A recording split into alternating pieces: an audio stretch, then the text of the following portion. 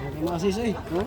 So ayan mga katuris, hindi hadlang ang isa sa may mga kapansanan para lang mapuntahan ng 7 Wonder of Nature dito sa lungsod ng Puerto Princesa.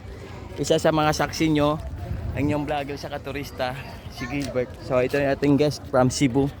So hirap siya maglakad pero hindi kawalan sa buhay yung ating kapansanan para lang marating natin ang luklok ng kagandahan ng ating tourist spot dito sa lungsod ng Puerto Princesa. So ito si Sir, medyo kapoy-kapoy pa talaga.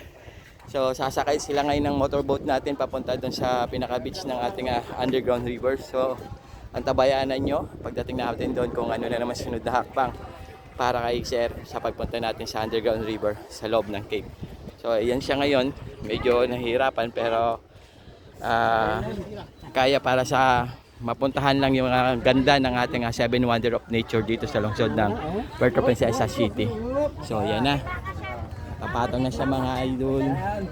Yan. So konting sacrifice pa para sa pagpasok niya doon sa motorboat natin mga katuris, no? So kung ano man po ang inyong iniisip na mahirap pumunta rito kahit may kapansanan, wag niyo po alintana na kawalan yan sa ating buhay. Hanggat may buhay tayo, pasok tayo rito, puntahan natin yung mga nature sa iba't ibang lugar sa Pilipinas para sa atin ito.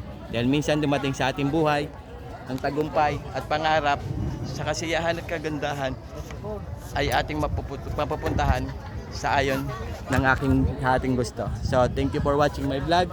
Sundan nyo ang pagpasok natin sa cave natin. So God bless you guys.